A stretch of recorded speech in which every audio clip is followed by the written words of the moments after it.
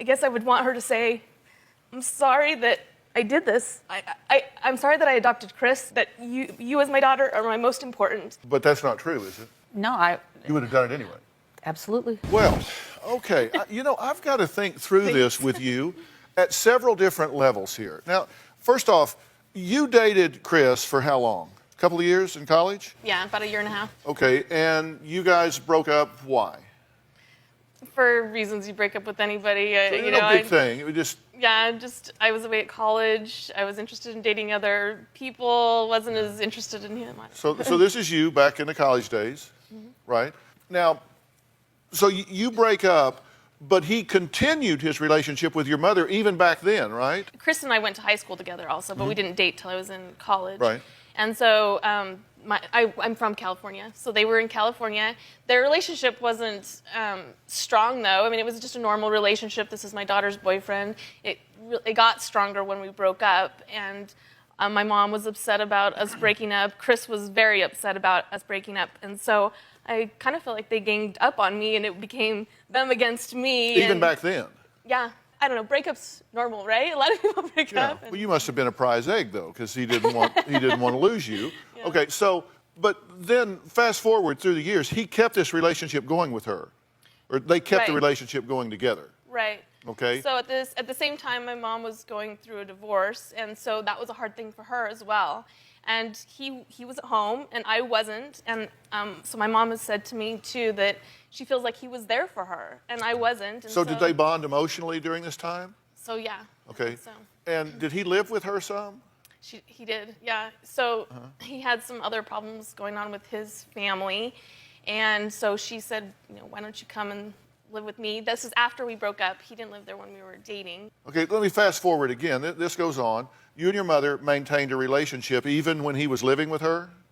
We did, yeah. I wasn't happy about it, and it was awkward for me. I did tell her that. It's awkward for me to come home, and he's there, and I'm dating other people. My boyfriends at the time don't really like that my ex-boyfriend's there. It's awkward for me. And yeah, well, and listen, the general scenario, and I'm not saying right or wrong, but the general scenario is that when a child and their boyfriend or girlfriend break up, then the family doesn't have to hate him or whatever, but they kind of close ranks around their family member. Right. I feel like it's loyalty. You have loyalty to your family. Yeah, it's just out of respect for you. We're not going to keep bringing this person around you.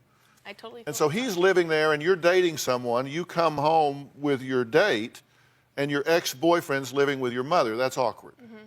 Sonny's mother, Carolyn, says no parent has to ask their child's permission to have more children, so why should she have to ask for Sonny's permission to adopt 36-year-old Chris? Let's hear from her, and then we'll talk. Sonny was my only child. Everything that I did for Sonny. I was always there. I've given her everything I could give. Chris played a huge part of my life for the last 17 years. The reason for the adoption was to make it legal that not only was he my son, but I was the grandmother of his children and legal guardian for them. I will never regret my relationship with Chris.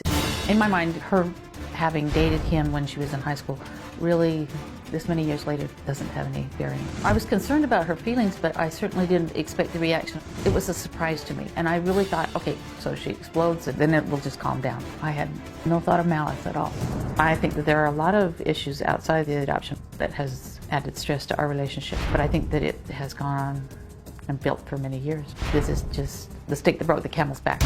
It's been 6 months since I've seen Sonny. She's not talking to me. I've emailed her, sent her Christmas presents, birthday presents for the boys. Sonny has just said that at this point, I can either drop the relationship I have with Chris or I can not have anything to do with her. I feel that she's drawn the line in the sand and just said, don't cross over. Okay, I'm glad you're here, but now you two haven't spoken in 6 months, is that right? On the phone, no, we via email only. Okay, but you've not actually talked to each other, so you haven't seen each other. No. Why adopt a 36-year-old man?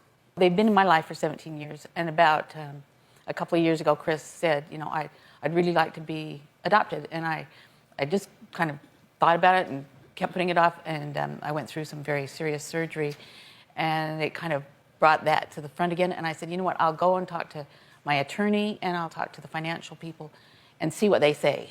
And both of them said, what you're doing is, legalizing something that's been going on for 17 years, but also Chris needs to realize he's taking you on. Okay, but there's nothing creepy going on. No, here. absolutely not. Absolutely. I mean, like, you're not like romantically involved. Absolutely I mean, not. everybody's wondering why you would do this. So I'm just asking. Yeah, I don't mean to be I understand. disrespectful. I'm just asking. Have you wondered if there was something creepy going on? No, I believe that there's nothing. Okay, yeah, I'm not saying. I'm just asking the question that everybody in America is sitting around saying, what the hell? Yeah, and I understand that too. Okay, look, I tend to have people come into my life for long periods of time, 30 years, 40 years, on and on, that have played meaningful roles in my life and been there, but I don't adopt them. I mean, I understand that. You can have those relationships, and they can be very meaningful, fill a very important need in your life. And you certainly have the right to do what you've done, and you don't need her permission. I agree with you about that. We don't have the tail wagging the dog. No. Parents don't need their children's permission to do whatever they want to do. I don't love her less. Pardon me? I don't love her less. Well, she doesn't believe that, but nonetheless, why legalize this? What's your need to? I understand if you have this bond with him, he was there for you, et cetera, but why? I think that part of it is, I took the oldest of their children at 8 out of the country on a cruise, and so there was a lot of extensive work that had to be done because I wasn't the legal guardian, and that brought it up too. If well, now that's just not that big of a deal. I've taken other people's children out of the country with me. You have to have a notarized letter from their parents, and you show it there, and off you go. That's true. So, I mean, it's not a big hassle. No. And this is a big change. I have to take a break. We're going to find out who this individual is that wants to be adopted when he's 36 years old. He brought it up. He's married. He has 3 children of his own. So we're going to meet an adult adoptee when we come back. We're back. Mom, you have no idea how much you adopting Chris hurts me. Puts Chris and your relationship on the same level as my relationship with you and diminishes the value of our relationship as mother and daughter. In fact, I feel second to Chris because once again, it is as if you have said to me, you can accept Chris as my son or don't come around. Well, I'm not going to accept Chris as your son, so it seems that our relationship will suffer. It hurts me more than you know, but I don't know how it can be made better. Love, Sunny. While it's true that, people have the right to have however many children they want, I can't deny something seems very off here, or it feels off to me. I mean, it seems like she doesn't understand or respect boundaries. I've told you guys things about my experiences with my mother. My mother's a narcissist. I'm not commenting on this mom, but I know that my mother in the past has made a habit of befriending people who maybe didn't like me very much, like my peers, befriending them, and also a previous boyfriend that I had after we broke up. She continued having a friendship with him and talking to him like every day. I feel like they started speaking every day, more so after we broke up, and it's just weird. It would have been weird if she'd adopted him. So I can understand why she's uncomfortable with this. Well, that was Sunny reading the email she wrote her mother, Carolyn, the night she found out that her own mother was adopting her 36-year-old ex-boyfriend. Now, Carolyn's new adopted son, Chris, is here, and he says he cried like a little boy on the day he was adopted. Take a look. Carolyn's my mom. Carolyn's always been there for me. Since I turned about 17 years old, I had joined the church, and my parents disagreed with that decision and told me to leave home. Carolyn offered me a place to stay. She's been committed to me as my mom for the last 17 years. I felt a ton of different emotions when I was finally adopted. I cried, I felt accepted, loved. I felt that she was my mother. The last time I talked to Sunny, her husband, Tom, was right before I got adopted, and that conversation was very childish. Making threats to an adult, saying things about my children or about my family. Sunny accused me of being very selfish, being her mom's favorite. Sunny doesn't understand the adoption. She's projecting other problems that she does have with her mother and using the adoption as a focal point to place her anger. She thinks that by hurting her mother, that might give her some satisfaction. I've heard Sunny tell my mom that she hates her. Her mom is stupid, she's a horrible mother. She wishes she was never born. I've seen Carolyn get hurt for the past 17 years. I am tired of her getting hurt. All right. Well, Chris, thanks for being here. I've said this before, and I could be kidding myself, but I think I'm the least judgmental person I've ever met.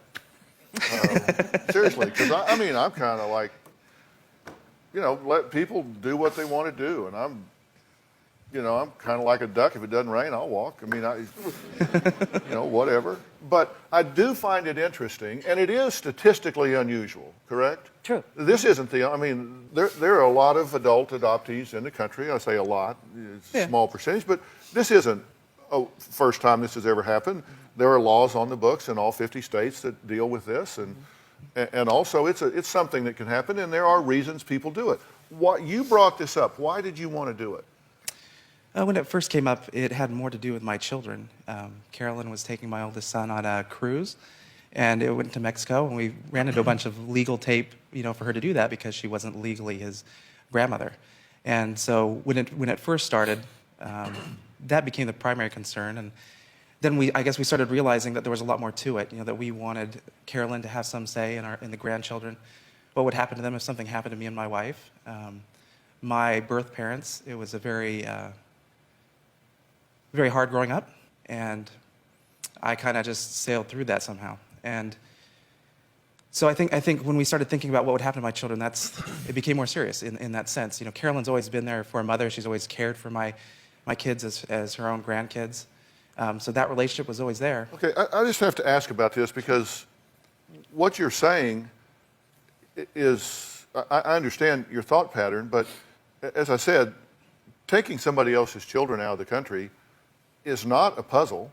No. It's very simple to do. I've done it our kids always had friends that would go with us if we were going out of the country. Sure. We just got a piece of paper signed, we gave it to them, and off we went. It was no big deal. If you want her to take your children, if something were to happen to you and your wife, all you got to do is just say in your will, this is what we want to happen. I mean, these things just don't add up to this. And are you concerned at all about the impact that it has on Sunny? She's objected to this. Did you care that she objected? Sure. Not really? No, I wouldn't say that I didn't care. I mean, I understood that at that point. I mean, she called me 2-3 days before, and she was angry at that time. I found out. I called when I found out. Mm-hmm. So, but you've said unkind things to Sunny, about Sunny to us. You've said that she's mean and that she's a bully and that she's trying to force this situation in a way that tried to stop it and doesn't want you to do this, and that she has other problems and she's using you as a scapegoat. Sure. I've known Sunny a long time, Yeah. and I've known Carolyn for almost 20 years, and so yeah, I dated Sunny for about 1.5 years. Did it bother you that what you wanted to do for your own agenda was creating tension between a mother and a daughter? Do you have any concern about that? Sure, but there's always been tension in the family with that. There's been tension before I was involved, before I had dated Sunny. She's had problems with her mother before then, and there was problems afterwards. Mm-hmm. And so those problems have existed the whole time, regardless of if I was there or not. And you said you've taken a back seat to Sunny across time, and it's been hard on you. But I mean, it's her family. No, no, don't say no. That's what you said. Oh no, I agree. What I'm trying to say is that have I taken a back seat because I wanted whatever relationship they could have to happen. Uh-huh. I was not trying to stand in the way at those times. And you understand that when you did this, that terminates your parents' rights. Yes. Your biological parents' rights. That severs your tie to your biological parents. They're off the radar now. Yes. And you wanted to do that too? Yes. Okay. All right. We have to take a break. We'll come back and find out why Carolyn is, in Sunny's opinion, closer to her adopted son, Chris, than her own biological daughter. And what does Sunny's husband think about his mother-in-law adopting a grown man? Where does this go? So again, I have to mention boundaries.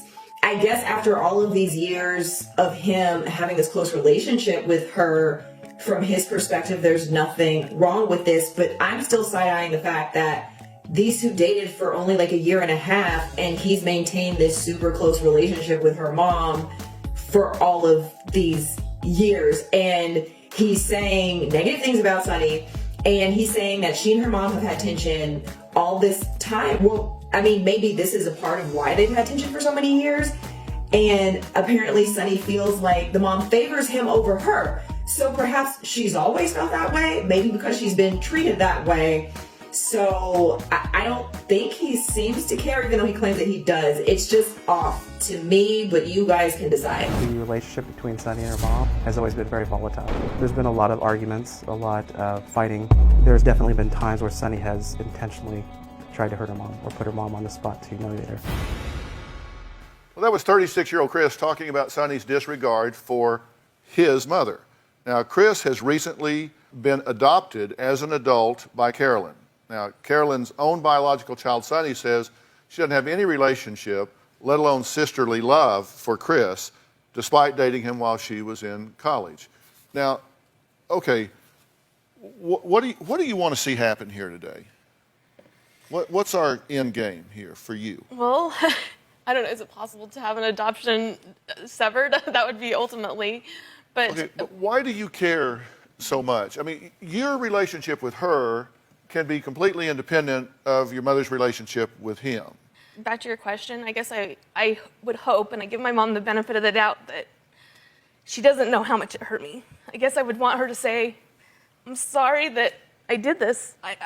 I'm sorry that I adopted Chris. Now that I know how much this hurts you, if I would have known this, I wouldn't have done it. That you as my daughter are my most important, and if I had known that it was going to hurt this much, I wouldn't have done it.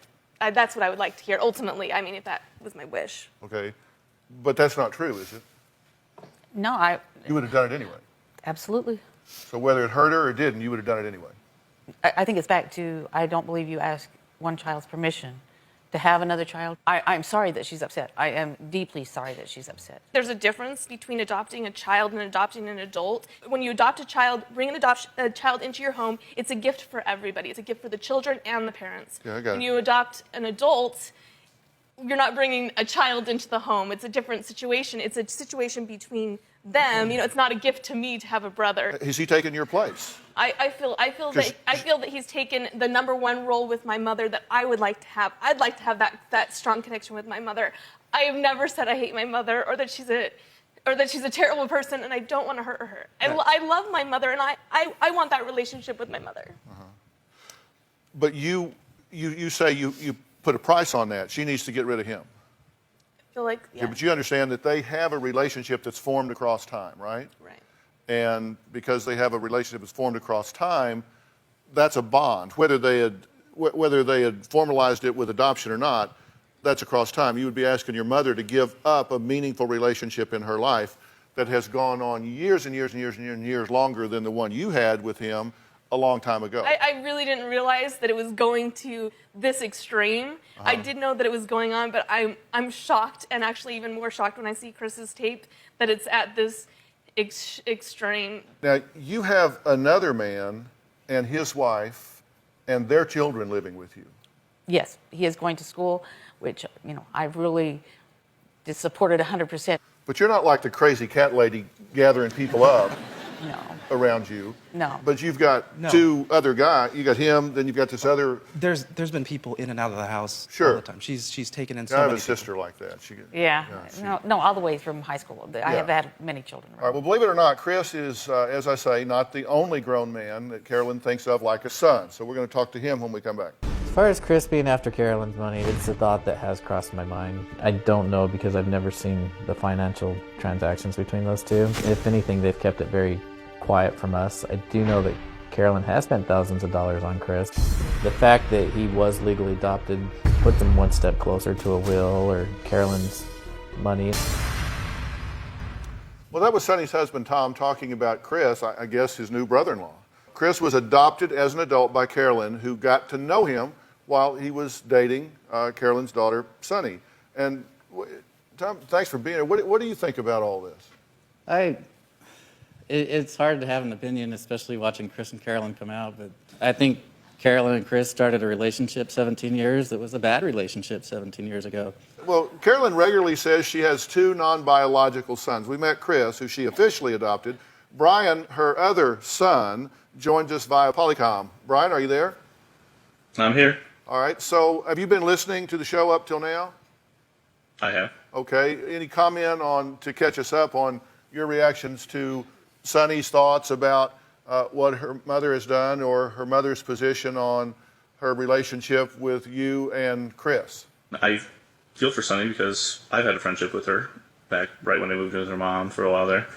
I wouldn't want her to be unhappy or to be hurt. Yeah. But I know the reality of the way things have gone for us. The way I feel about her, the way Chris feels about her, the way my children feel about her. Do you want to be adopted? Well, she's my mother, and I have another mother. I had another mother who passed away, who we had a wonderful relationship too. But spread the love around. I have lots of people I love. Yeah. So is that a no? Yeah, but legally. No, So you don't not feel right now. you don't feel the need I to wouldn't want to terminate my father's rights. right. Yeah, because it does come at a price for you. That was one that you were willing to pay. Let me ask the obvious here. Clearly, you have the legal right to do this. Yes. No doubt about it. I mean, I've researched that, and you clearly do. And I And- did go through the attorney and the financial people, and things have been written so that, and I did let Sonny know that, and I could show you the paperwork, that she is the sole person that is Financially, I don't receiving. care about financials. It's Tom that's concerned here. So let me just say that publicly, that It's in the money it place. is not a money. She makes much more money than I even have. And I'd like to say the same. I mean, I have a great career. I'm happy. My family's happy. I'm not in this for the money. I was never in it for the money. That's not even a. Yeah, but It's not a concern of mine either. okay. All right, well, we're going to take a break, and then I have one question that I think everybody is thinking about with regard to this relationship right here. We'll be right back. Today we're talking to Sonny, whose mother, Carolyn, recently adopted her 36-year-old ex-boyfriend, Chris, last year. She also has another adult male and his wife and children living with her, so she has two what she considers sons. One you've legally adopted, the other is informal, but you regard him in that positive way. Something I think everybody's thinking about, and that I'm certainly thinking about, is with regard to Sonny, you seem very cold. I'm very sorry. I just don't want to be over emotional. I guess that's. No, I just mean, I don't mean you have to like weep and wail. It's just, No. I mean, I'm sorry. you've hardly looked at her. You haven't said anything to comfort her. You haven't said anything to help her feel better about this situation. You said two things. I've got the right to do this, and I don't need my daughter's permission to do it. And so it's just, and that is correct. That is legally correct, no question about it. And it not only is legally correct, it kind of makes sense. I don't think that children should dictate to their parents what they do, but I do think our decisions affect those in our family. And you don't seem to have much care or compassion that you're expressing towards her at all. You haven't seen her in 6 months. You didn't touch her. You haven't made much eye contact with her. You haven't said anything kind towards her. You're just kind of like, she could be sitting here waiting for a bus. If the sound was down and somebody was watching this, they'd go, wonder who that chick is.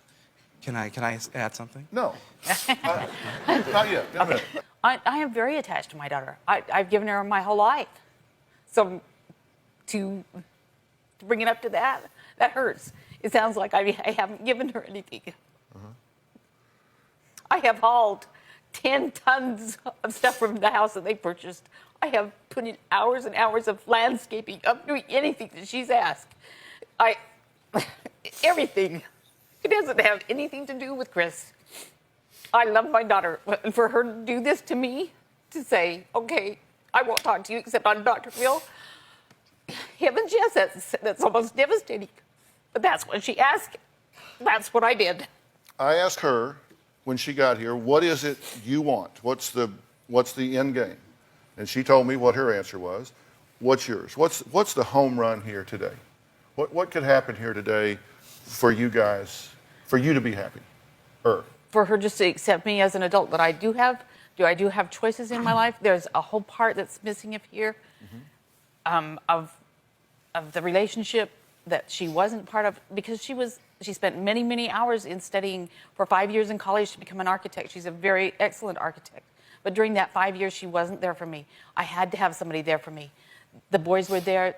They supported me. I can't walk away from them, but I love them. I want her to be a part of my life, with or without Chris. And I have told her that I can segment, but realize that I'm not giving up Chris either.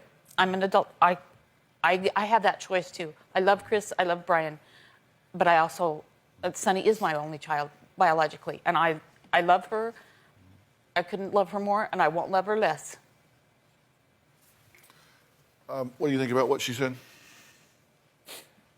Sorry, I have a million thoughts going through my head. I feel like take a break. Okay. We're going to take a break for a second. Gather your thoughts. Now, Carolyn has yet to meet the newest addition to her family, her 1-month-old grandson, Wyatt. And I would like for that to happen when we come back. We'll be right back. The last time I saw my mom in person was September. When Wyatt, our newborn, was born a month ago, I'd texted Carolyn a picture of Wyatt, and she wrote back congratulations. I did think that she would call me and ask if she could come see the baby and try a little harder to reconcile things because it would be more important to her to see her grandchild. He is my grandson, but I built that wall that if she doesn't want me to be in Wyatt's life, then I won't. I won't let her keep hurting me. Well, today we're talking about something that doesn't happen all that often, an adult adoption. And there are legitimate reasons to do this. Sometimes it is necessary for health care coverage. There are times that you do it for legal or logistical reasons. Sometimes it's for emotional reasons. It always comes at a cost because that adult may have family and those ties are severed to the parents. Carolyn, who adopted Chris this past fall at the age of 36, is here. Her only child, Sonny, objects to it. Now, Chris is now brother to Carolyn's only child. He's your brother. Okay. I need to tell y'all what I think about this. One thing is true, and you'll learn this, and you're already kind of struggling with a little bit with your two children. We have two grandchildren, and our kids were kind of talking to us about the same thing. Because you have that first child, and you just love it so much. And then you have another child, and you feel like, oh, now I'm kind of cheating this child, because now I got to divide mom in half. I got to divide dad in half. I divide love. But the truth is, we have different accounts. These are our grandchildren. And, that's Avery and London. And there's an Avery account, and there's a London account. And if you take love from the Avery account to give to Avery, it doesn't cost London anything. And if you take the account from London, it doesn't cost Avery anything. And I am convinced of this. Your mother does not love you one whit less because of her relationship with Chris or Brian. Now, I haven't known your mother very long, but I know she loves me. I know she loves you, but I don't think she loves you one scintilla less than she did before. I think she's just expanded her circle. And she may be at a time in life when she wants to have people around her, and this is rewarding to her. And I think it's kind of odd that she would choose an ex-boyfriend, but it happens. But I think that for you to expect that your mother needs your permission is unreasonable. For you to think that your mother loves you any less is unfair to you and to her, because I just don't think that's true. I don't think it affects I think she loves me just as much, but it does affect the relationship and who she calls, or if he's there and I'm not, and what does that make our relationship between the three of us? It makes it something that you need to be willing to work on, because there's a mother-daughter relationship. She can't share things with these two that she can share with you. There are just things that the women can talk about and understand and support each other in that you just don't get with a son or a husband. And but at Thanksgiving, do y'all get together and so you thinking so I do embrace this as my brother? Well, no, you don't have to embrace it as your brother. I mean, that's a concept that you're not going to wrap your head around, but you're there for your mother. And if you want to see her without him around, he doesn't even live in the same state. Go see her. Have her come see you. She doesn't have to wag him along every time she comes. You don't have to and you're not going to be upset, right? You can have this relationship independent of that. And you need to choose to do that if you want to nurture this relationship, because she's not going to live forever. And I don't want that to come to pass.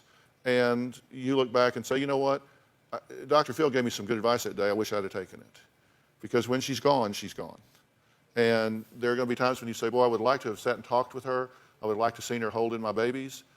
And independent of whatever papers she filled out on somebody else, that was trivial compared to the cost of this relationship.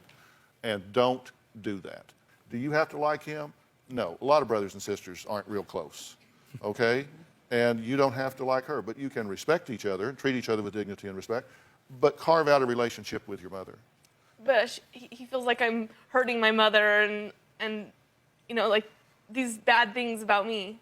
Okay, you can talk about him all you want. I did not say one thing about what he thought or didn't think. Okay. I said, whatever that is, the cost of not being with your mother is too high. Okay. I'm just telling you, it doesn't matter what you think about him or he thinks about you. It is insignificant. What is significant is this relationship. If you two never speak to each other again, other than say, hello, goodbye, it's fine. I don't care. That's not going to harm you or him. Mm-hmm. He can live without you. Mm-hmm. But you two are missing a sharing of something that you as a young mother need. Mm-hmm. True? True. You agree with that? And I did ask to come down. Yeah. So would you would you like for her to meet your son? Yeah. Can we bring him out? Would you like to meet your grandson? Can we bring Wyatt out? It's a cute little boy, let me tell you something. Here we go, all wrapped in blue.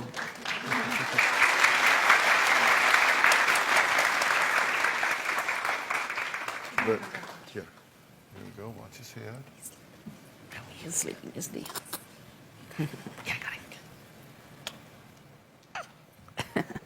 Got lots to say to us, huh? Yeah. Can we see him? Can we see him? What a He's beautiful happy. little boy. He's content. He must have just had some dinners there. Well, you think about what I've said. I mean, look, it's about choices, and I'm not saying it didn't come at a price, but severing this relationship is too high a price.